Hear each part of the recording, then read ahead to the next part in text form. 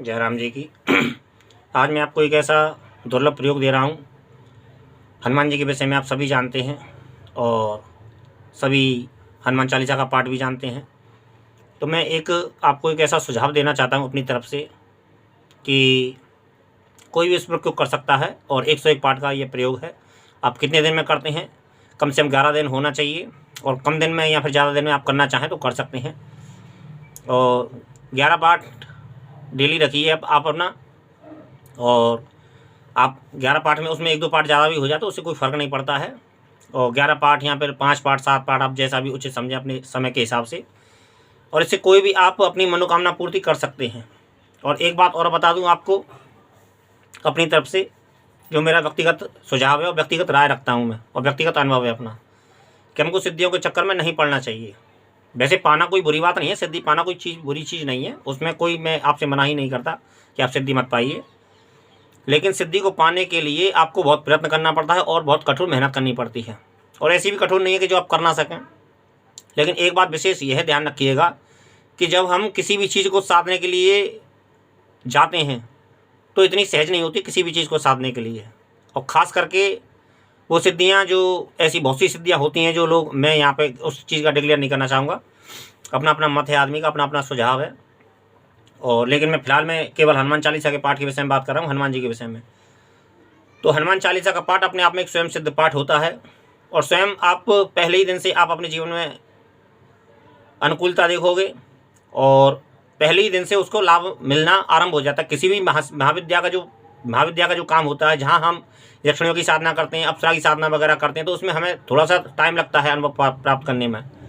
लेकिन जो महाविद्याएँ जो होती हैं वो पहले ही दिन से अपना असर छोड़ती हैं, क्योंकि इसीलिए ये महाशक्तियाँ कही जाती हैं।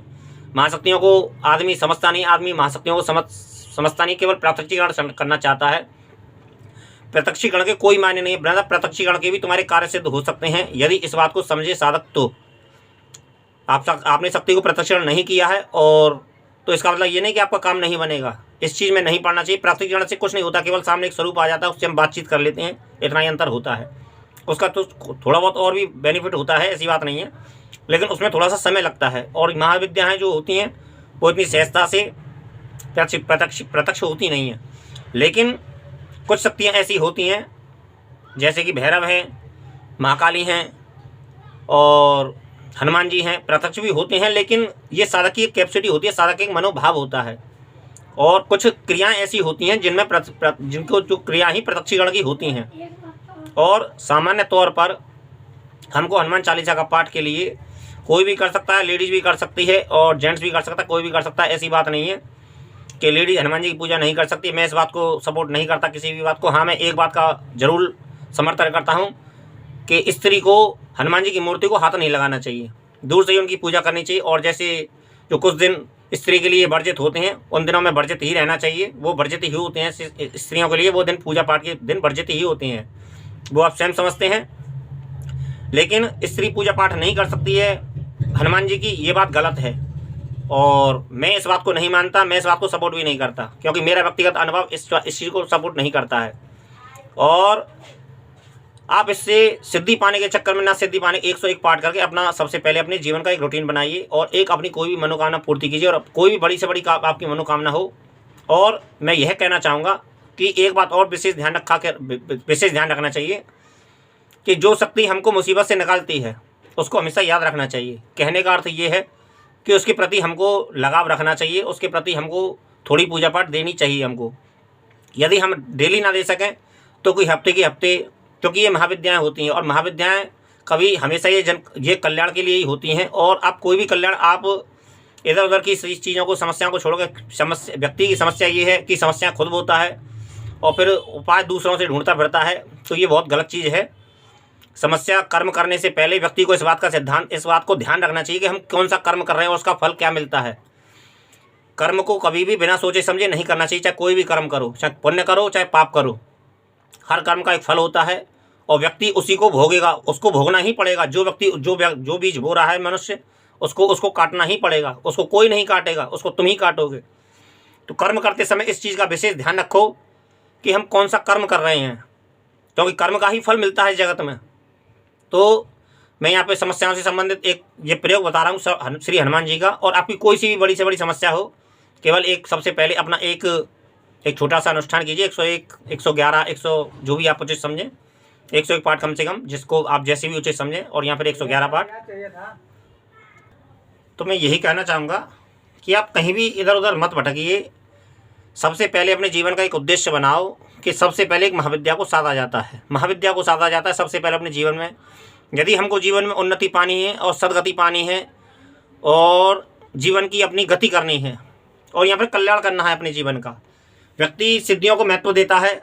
व्यक्ति समझता तो कुछ है नहीं है, व्यक्तियों को अप्सराओं के पीछे, यक्षिणियों के पीछे, योगिनियों के पीछे और भूत प्रेतों के पीछे कोई बुराई नहीं है। मैं इस चीज़ के मैं विरोध नहीं हूँ, क्योंकि ये एक अपना जन कल्याण का मार्ग होता है। आप जैसे भी करना चाहो जन कल्याण, स्वयं का भी कल्याण, सबसे पहले स्वयं का कल्याण करना चाहिए व्यक्ति को। इस बात को नहीं समझता है बहुत से लोग, बहुत से व्यक्ति यह सोच के तंत्र के क्षेत्र में आते हैं, तंत्र मंत्र के क्षेत्र में आते हैं कि हम पैसा कमाएंगे। पैसा, एक बात सदैव याद रखना, जितना यूट्यूब पर बढ़ चढ़ के किसी भी चीज़ के विषय में बताया जाता है, इतना बढ़ चढ़ के कोई भी सिद्धि साधना हमको प्रभाव नहीं दिखाती है। ये बात आपको समझ लो, क्योंकि मैंने अनुभव किया है, मैंने सिद्धियां की हैं, तो मैं इस बात को जानता हूं। लेकिन ये बात जरूर है कि हमारे जीवन को उठाती हैं, ये बात सही है।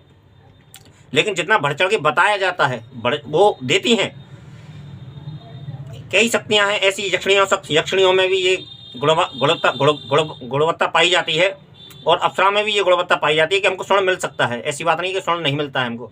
भूतनी साधना में भी ये गुण होता है कि हमको स्वर्ण प्राप्त होता है, सोने के सिक्के जो प्राप्त होते हैं। ऐसी बात नहीं है, मैं मना नहीं करता इस बात को, ये बात मैं भी मानता हूँ और मैं जानता हूँ उस कला को। लेकिन मैं उस चीज़ का सपोर्ट नहीं करता, क्योंकि उससे हमारा कल्याण नहीं होता है, क्योंकि वो हमको किसी और रूप में सिद्ध करनी पड़ती है, तब हमको वो अपना दिखाती हैं।